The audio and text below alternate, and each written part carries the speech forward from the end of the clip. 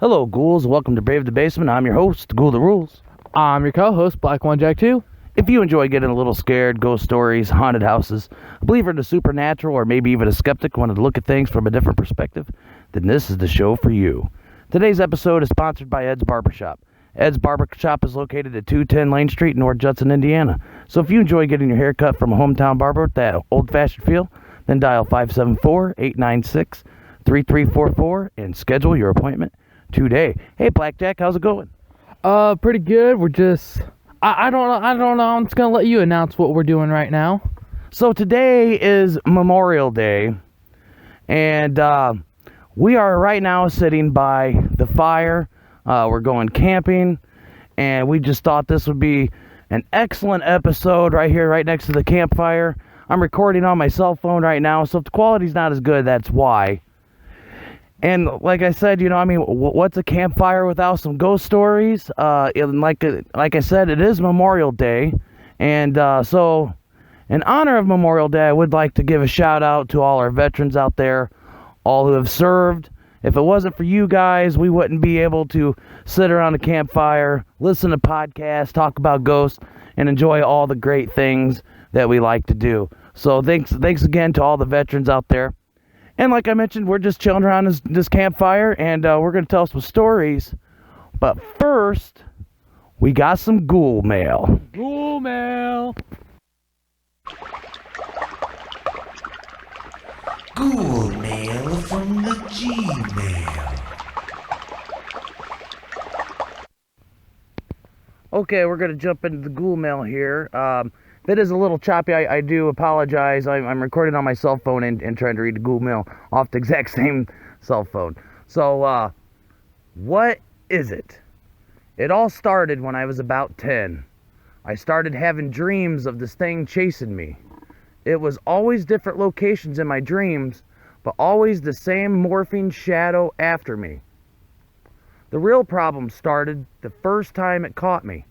I stopped breathing in my sleep and had to be woke up. I had to have someone sleep with me nightly to wake me up if I stopped breathing. As I got older, it got worse. I started waking up in strange places in the basement. One time I woke up in the woods over a mile away from my home. This continued well into my 30s. One day, I had family over, and we were taking pictures and just catching up. Upon having the photos developed, there it was, plain as day. This thing that had been haunting and chasing me for years was in some of the photos. Then after I moved into a new house, it all just stopped. To this day, I still have no answers as to why it happened, what it was, or what it wanted, other than to harm me.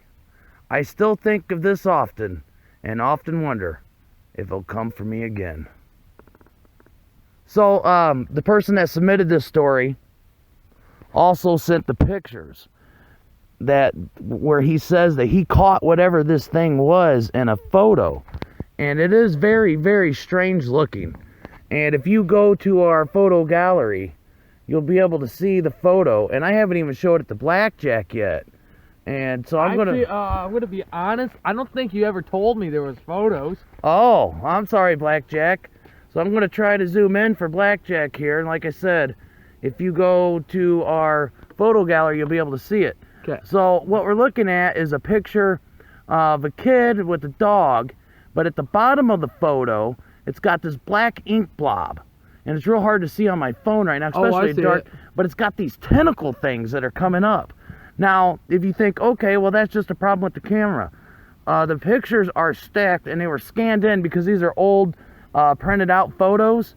And if you line them up, you'll notice that where the black ink blob is and the tentacle things don't line up. They're in completely different locations. It looks like it's that right there. Yeah, look at that. And then it's right there. Yeah, see how it doesn't line up. It moved like 2 inches to the left, right in front yeah, of it. and it's just, I don't know what this thing is. So head on over to the photo gallery, check this thing out. Tell me what you think it is, if you have an opinion. If you think it's, hey, this is just a problem with the camera, or no, we really caught something here. My personal opinion, is this has to be some sort of shadow person. Shadow person, definitely. I mean, ooh, the tentacles is scary. Yeah, the tentacles are pretty freaky. I mean, it's not your typical shadow person. Shadow people just look like normal people. But now you look like you have tentacles on this, and I don't know. I wouldn't want to be that baby right now. No, me either. So, thanks for submitting the photo. Thanks for submitting the email. We really appreciate it. If you guys have a scary photo or you have a scary story that you would like to share as well, you can send us an email at bravethebasement@gmail.com. So as I mentioned at the top of the show, we are sitting here around a campfire. That's why the quality's probably not as good. Every time Blackjack speaks, I kind of have to lean over to him so he can talk into the cell phone. But we're going to jump into some good old-fashioned campfire stories and just to enjoy the ambiance of being out here next to this fire. So I found some really good stories online, and I'm just going to share these with you. So this first one is called The Cell Phone. A couple of months ago, my friend's cousin bought a new cell phone. After a long day of work, she came home, placed her phone on the counter, and went to watch TV. Her son came to her and asked if he could play with her new phone. She told him not to call anyone or mess with text messages, and he agreed. At around 11:20, she was drowsy, so she decided to tuck her son in and go to bed. She walked to his room and saw that he wasn't there. She then ran over to her room to find him sleeping on her bed with the phone in his hand. Relieved, she picked her phone back up from his hand to inspect it. Browsing through it, she noticed only minor changes such as a new background, banner, etc. But then she opened up her saved pictures. She began deleting the pictures he had taken until only one new picture remained. When she first saw it, she was in disbelief.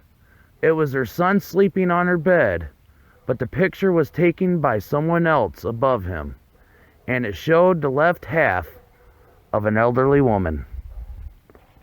What do you think of that one, Blackjack? I don't know. Yeah, that's pretty good. So oftentimes, I've heard stories of these little children, and they'll claim that, they're being visited by a deceased grandparent that they might not have ever got to meet. And so if I was a guessing man, I would assume that's what it is. Now, if you pick up any noise in the background here, guys, like we just heard some dogs, we are outside at a campfire. We're not in a controlled environment, so you might hear cars pass by or whatever.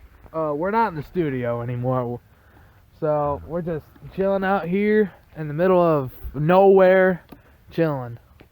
All right, so we're going to get into another ghost story, and it's going to take me a second. Just remind everybody, I am trying to read these off my cell phone and record off my cell phone at the same time. My cell phone likes to go black on me at times. So this next story is called The Rocking Horse. One night when I was maybe 10 or 12, I had trouble falling asleep. My bedroom was the entire top floor of our house, with my bed and such being on the left side, and the storage closets and a play area being on the right. I was lying in bed when I heard a noise from the other side of the room, and I seen a rocking horse begin to rock. It was just sitting outside one of those storage closet doors. It proceeded to rock its way halfway across the room, and it stopped dead under the ceiling light. At this point, I was freaking out and just buried my head under my blankets and never peeked out again until morning. It was all confirmed to not be a dream, as the rocking horse was still in the middle of my room when I woke up. Furthermore, I got a stern reprimand from my parents for being up out of bed playing with my toys well past my bedtime. Their bedroom was directly below the storage closet play area, and had heard the creaking of the rocking horse shuffling across the room. Sounds like your average ghost to me. It sure does. And then not only would that freak anybody out, but right in the middle of reading that, the smoke decided to change directions and it got right into my eyes. That's one of the things about recording live, I guess. So we're going to jump into our final ghost story for the evening. And this is called The Crib Shadow. I was babysitting my niece once while I was staying at my brother's place. And they had the baby camera set up so I could see her on the little TV it came with. I was studying and started dozing off when I heard some whispering and realized it was coming from the monitor. I initially thought it was some feedback or something, but when I looked at the TV, there was a dark shadow near my niece's crib. I have never been more terrified in my life, but the shadow was clearly there where it had not been before. I ran to my niece's room and looked around and saw nothing, but I took her the hell out of there. I went back to the TV and the shadow was clearly gone. I told my brother what happened, and he pulled me aside and told me not to mention it to my sister-in-law because she'll freak out. But that he had seen that same thing several times now with the same whispering. They stayed in the house for about 4 more years, and when my niece was just learning to talk, she would tell her mom about her special friend. To this day, it scares the crap out of me. When they moved out, my brother told me my niece had become inconsolable, sad because she would miss her friend. Her mother would tell her she could bring him along, but all she would say was that he couldn't leave the house. We have never to this day told her about that shadow, and she apparently never saw it. So what do you think this shadow was, Blackjack? It didn't sound like it was really trying to harm anybody. I'm just gonna say this, my guy. Good for her. She didn't see anything. I mean, that's excellent in my book. Okay. So it's just one of them. It's just kind of blissful not to know, right, Blackjack? Yes. But the shadow wasn't doing anything. I say chill with the shadow. So I hope you enjoyed a couple of these ghost stories as we're just sitting here chilling next to the fire, enjoying this Memorial Day. We had friends and family over, and we had some hot dogs, and we ate some cheeseburgers, and threw around the Frisbee a little bit and just had a good time. Now everything's calmed down. We got the tent all set up, got the fire going, and we're just going to continue to enjoy this evening. Before we get off here, a couple things, Blackjack, that I haven't had a chance to talk to you about yet. But live details. Always love that. Yeah, well, see, because I feel like I'm the play-by-play guy, and you're the color commentary. You know, so so people who are wrestling fans out there will know exactly what I'm talking about. So I kind of like to, I picture myself as like Jim Ross from WWE and Blackjack as Jerry the King Lawler. So just to go back to some old school Monday Night Raw. He just spit out his pop laughing about something. You can probably hear him in the background suffering. I can't talk, but that's what happens when you go live. I just choked with my Coke. Yeah, and the whole time I'm trying to hold it in while he's over here. He's just over. But yeah, so that's why I don't always tell Blackjack everything, because I like to catch his surprise in the moment, you know. Like that? Yeah, exactly. That's a magic moment. You just can't repeat that. But what I wanted to tell you, Blackjack, is I found the address to Gravity Hill, and it's not in LaPorte, Indiana. I think it went in my nose. That's horrible. It's in LaPorte County, Indiana. Where's that at? Well, LaPorte, the city of LaPorte, sits inside LaPorte County. Oh, it does? Yeah, so there's other towns in LaPorte County, but it is in LaPorte County. I don't feel that we'll have an entire episode that we can do this on, but I thought it would be really cool to make a video of us doing Gravity Hill and post it on our bonus material page. What do you think? I'm down with that. Or yeah.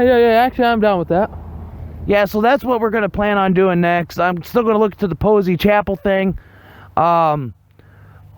It's one of them deals, you know, we might go and just take some photos, talk about it briefly, or we might have an entire episode on it. Depends on if anything neat happens while we're out there.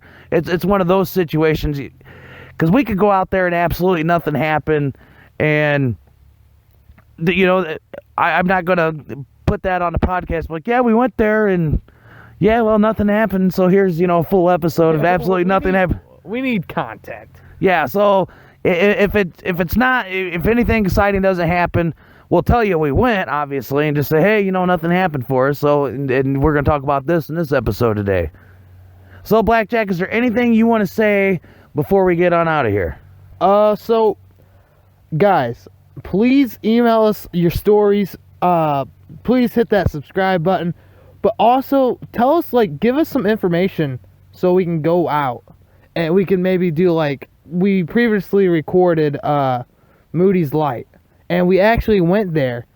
And doing these cool things, we want to do more of that for you guys. So, definitely drop some places. I know Chapel and some more places at Gravity Hill. There are, like, 2 that we might check out, that we're going to actually check out. But if you guys have any more places, please hit us up. Yeah, so, and it's kind of hard for me to get my end of episode script, so I want to do it best I can off my memory. If you got a ghost story you would like to know, I think I always start with this. If you would like to become a Brave the Basement Ghoul, be sure to share the show on social media. Go to bravethebasement.weebly.com and sign up for our newsletter to get all the latest updates when each episode has been posted. If you have a ghost story you would like to share with us, you can reach us at bravethebasement@gmail.com. You can submit your story, you can make it on the show, and be featured on our website. If you have an eerie ghost photo you would like to share, you can email that to us as well, and include a description, and we'll hopefully throw it up on the website. You can also submit a story through the YouTube comment section or in Reddit under the subreddit Brave the Basement. We hope that we brought you just a little fright. And remember, if you are up late at night and you hear something in the other room that just doesn't seem right, it's okay if you need to turn on the light to protect yourself from things to go bump in the night. I'm your host, Ghoul That Rules. I'm your co-host, Black One Jack 2. And I hope you join us again. Until next time.